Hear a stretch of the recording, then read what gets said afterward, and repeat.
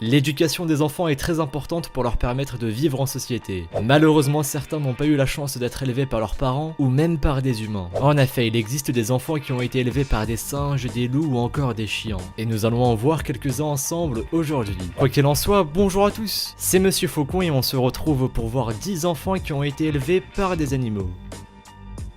Numéro 1. L'un des cas les plus récents est celui de Lyoka en 2007. Ce petit garçon fut retrouvé en Russie en pleine forêt dans la région de Kaluga. Selon les hommes qui l'ont aperçu pour la première fois, il se trouvait à l'intérieur d'une tanière faite de branches et de feuilles au beau milieu d'une meute de loups. Il fut immédiatement emmené dans un hôpital. Le personnel soignant se rendit très vite compte que ce petit garçon avait le comportement d'un loup. Il ne savait pas communiquer avec les humains et même son apparence était proche de celle des loups. Il avait les dents acérées, les ongles longs et pointus semblables à des griffes, mais surtout il se déplaçait à 4 pattes. On estima qu'il devait avoir environ 10 ans, mais malheureusement personne ne sut jamais depuis combien de temps il vivait parmi les loups.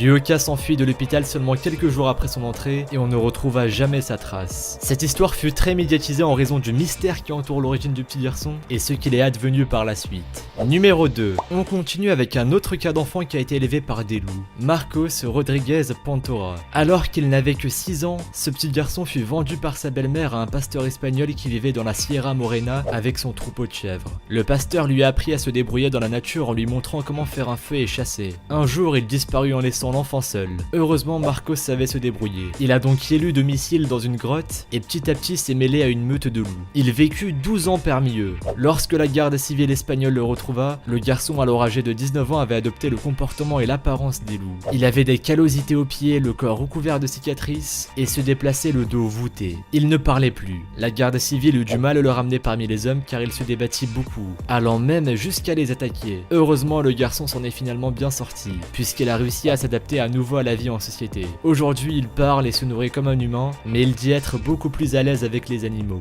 Numéro 3. Le cas que nous allons voir ensuite est encore plus difficile à croire. Un petit garçon de 2 ans prénommé Adara s'était perdu alors qu'il était dans le désert du Sahara avec sa famille.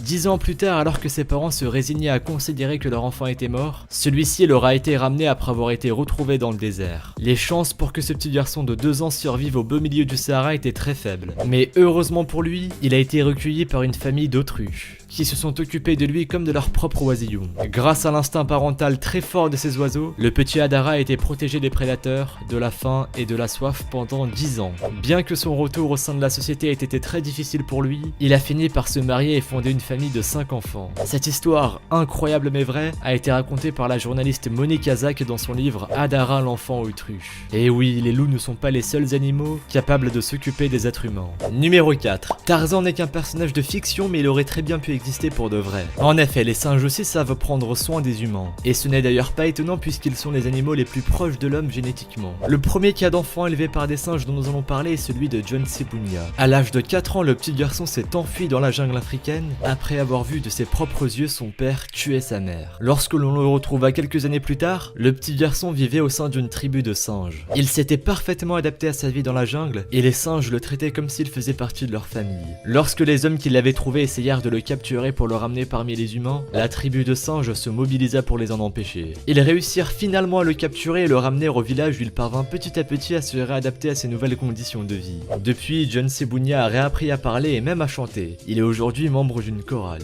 Numéro 5. Quelques décennies plus tôt, la petite Marina Chapman avait vécu la même expérience à l'autre bout du monde. Comme John Sebunya, elle se retrouva seule en pleine jungle à l'âge de 4 ans. Mais à la différence du garçon, elle n'avait pas fui de son plein gré. Elle avait été kidnappée puis abandonnée en Colombie au cœur de la nature sauvage. La petite fille était terrifiée et ne savait pas où aller. Elle s'est donc mêlée à un groupe de singes en espérant qu'ils pourraient la protéger des animaux sauvages dangereux. Au début, ils ne se sont pas souciés d'elle, mais un jour où elle a failli mourir empoisonnée, l'un des singes lui sauva la vie et elle fut définitivement adoptée par le groupe. Par la suite, c'est un chasseur qui la trouva. Il l'emmena de force, puis la laissa dans une maison close. Elle s'enfuit puis vécut quelques temps dans les rues, jusqu'à ce qu'une famille aimante finisse par l'adopter. Aujourd'hui, elle vit en Angleterre et affronte fonder une famille. Elle a publié un livre qui raconte ses années passées auprès des singes intitulé Ma vie sauvage. Numéro 6. Pour certains enfants, il est beaucoup plus difficile, voire impossible, de se réadapter à la vie humaine après avoir été élevé par des animaux. C'était par exemple le cas de Robert, un petit garçon retrouvé à l'âge de 6 ans dans la jungle en Ouganda. L'enfant avait perdu ses parents lorsqu'il avait 3 ans au cours de la guerre civile qui faisait rage en 1982. Et depuis, il vivait avec les singes. Comme John Sibounia, il fut très difficile d'arracher l'enfant aux mains des singes car ceux-ci le considéraient comme l'un des leurs. Mais des soldats parvinrent à ramener le petit garçon en ville et contrairement aux 2 enfants élevés par des singes que nous venons de voir, Robert ne réussit jamais à apprendre le langage humain et ne put jamais marcher à la manière des hommes. Dites-moi ce que vous en pensez dans les commentaires.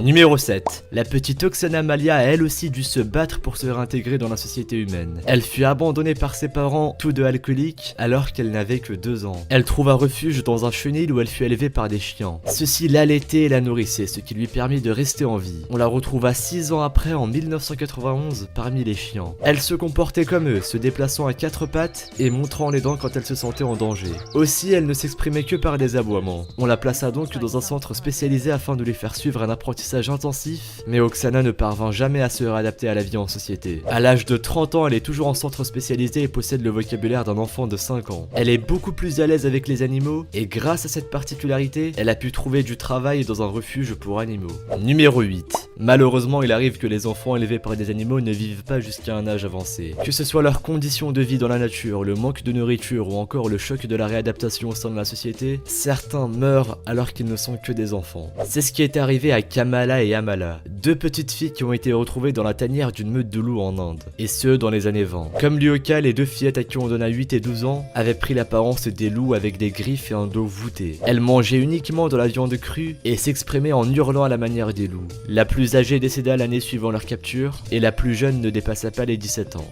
Numéro 9. Tandis que certaines personnes ont été élevées par des singes ou des loups, d'autres l'ont été par des oiseaux. Nous avons vu ensemble l'histoire d'Adarin, un enfant qui a vécu pendant quelques temps avec des autruches. Mais le cas de Pravin, un petit garçon russe, est encore plus invraisemblable. En effet, dès son plus jeune âge, l'enfant a été enfermé par sa mère à l'intérieur d'un poulailler dont elle ne l'autorisait jamais à sortir. Il vivait seul, entouré des poules, et ce sont elles qui se sont occupées de lui jusqu'à ses 7 ans, où il fut découvert par les services sociaux. Sa mère le traitait comme une poule et n'ouvrait la porte du poulailler que pour lui donner de la nourriture. Le petit garçon avait d'ailleurs fini par adopter le comportement des poules. Il était incapable de parler et s'exprimait seulement en agitant les bras, comme s'il avait des ailes. Depuis, Prava a été placé en institut spécialisé qui tente de lui donner l'éducation humaine dont il a manqué dans sa petite enfance. Numéro 10. On termine avec Vicente Caucao, un enfant qui a vécu plusieurs années dans la montagne au Chili aux côtés des pumas. Ce petit garçon a pu survivre grâce à une femelle puma qui l'allaitait comme s'il était l'un de ses petits. Et d'ailleurs, il a fini par se comporter comme eux, au point d'aller voler des poulets et des œufs dans les villages proches. C'est lors de l'été 1948 qu'il a été découvert par des villageois. Ceux-ci avaient aussi constaté la disparition de sucre et de fromage. Vicente avait donc gardé quelques goûts humains. Merci à vous d'avoir regardé cette vidéo. Si celle-ci vous a plu et que vous avez appris de nouvelles choses, n'hésitez pas à laisser un petit pouce bleu, un commentaire et à vous abonner si ce n'est pas déjà fait. Pensez aussi à activer les notifications en cliquant sur la petite cloche pour être au courant des sorties des prochaines vidéos. Et si vous voulez en voir plus, suivez-nous sur Instagram et sur Twitter. Les liens sont dans la description. Vous pourrez y retrouver davantage sur des événements insolites ou bien même sur des phénomènes paranormaux. Bref, je vous dis à la prochaine pour une nouvelle vidéo. Salut à tous!